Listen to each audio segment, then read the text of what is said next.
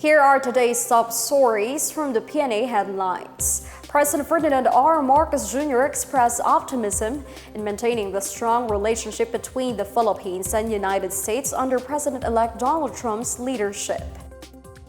The president expressed his confidence during a telephone call with outgoing U.S. Vice President Kamala Harris on Tuesday as they discussed the two nations' bilateral ties beyond the term of outgoing U.S. President Joe Biden. According to the Presidential Communications Office, Marcos emphasized the growing economic, diplomatic, defense, and security ties between the two countries. He noted the progress of their relationship, especially amid the growing challenges in the West Philippine Sea and the Indo-Pacific region. Marcos also acknowledged a robust and productive partnership with the U.S. under the Biden administration.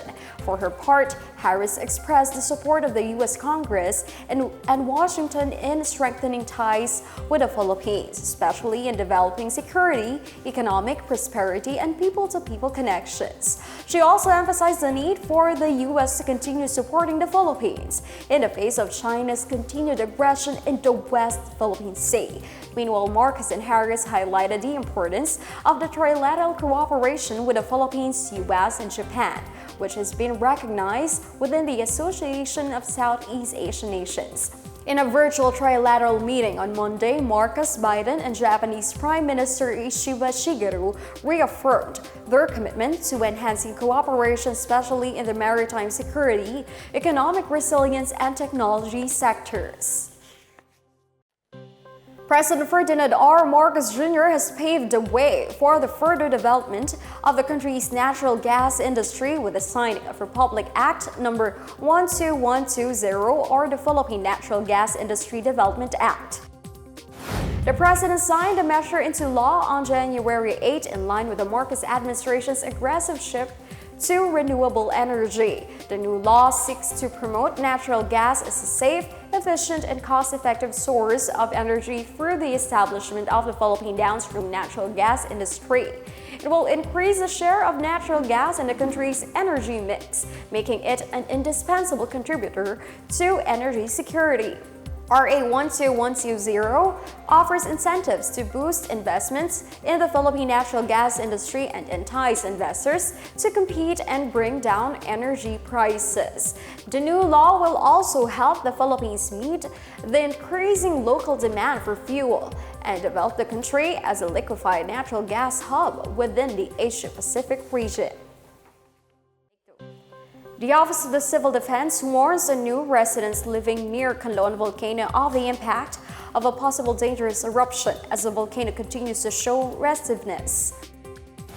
In a set of hazard maps released through the Philippine Institute of Volcanology and Seismology, the OCD said barangays in Pontevedra, La Casaliana, Moises Padilla, La Carlota City, Bago City, and Kanlaon City are prone to hazards from pyroclastic flow. It is a hot, erratic mixture of rock fragments, gas, and ash with a temperature exceeding 800 degrees Celsius that travels by up to tens of meters per second away from a volcanic vent.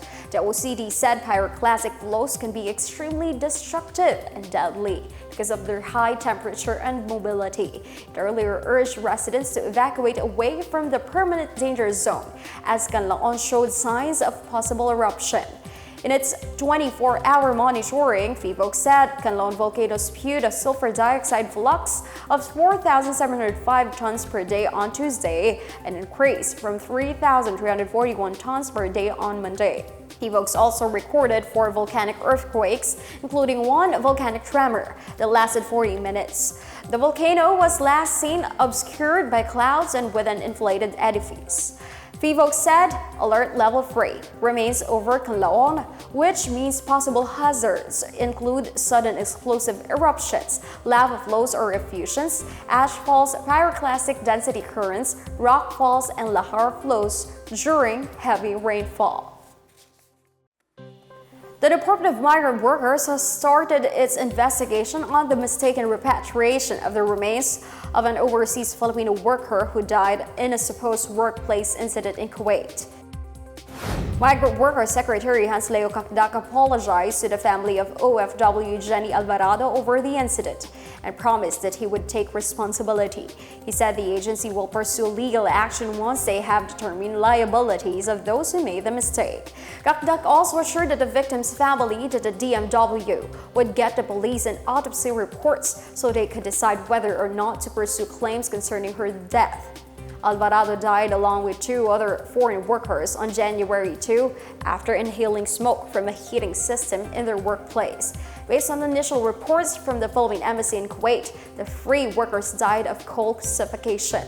The DMW had ordered to speed up the repatriation of Alvarado's remains.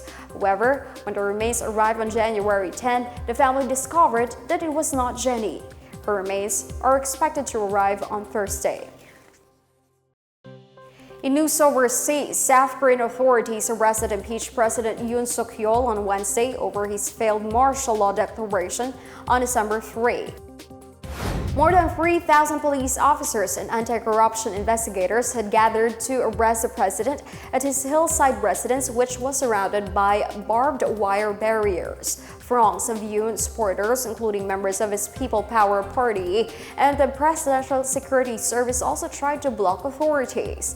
Yoon was arrested after a standoff that lasted since a first arrest attempt by investigators on January 3.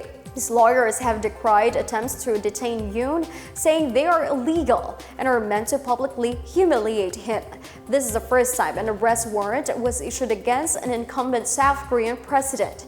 Yoon faces insurrection charges after he declared martial law in a supposed strike against anti-state threats. Lawmakers voted to impeach him on December 14.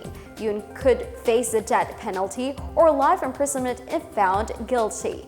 Meanwhile, the Constitutional Court on Tuesday launched a trial to rule on Yoon's impeachment. If Yoon is removed from office, elections will be held in 60 days. And that's the latest and the biggest stories on the Pna Headlines. For more news updates, visit our website, pna.gov.ph, or our Facebook and X account, Philippine News Agency. The Pna Headlines is also streamed via the Sabisha Facebook page. You may also watch the Pna Headlines through the Philippine News Agency's YouTube account and via the News and Information Bureau website under the Pna News. I am Stephanie Civiliano. This is the Pna Headlines, bringing stories to unite the nation.